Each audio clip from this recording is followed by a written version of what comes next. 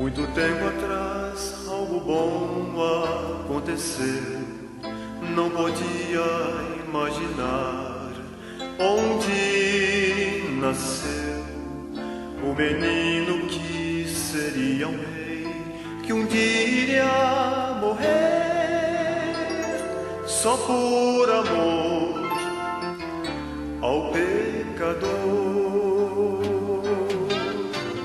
Eis a razão do amor de Jesus.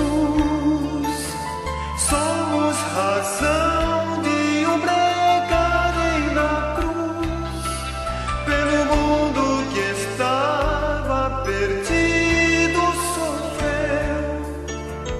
Eis a razão do viver. Eis-nos prontos mais e mais para servir, e o nosso interior a ti confiar, para ser um instrumento de valor em suas mãos de eterno amor, amor sem par.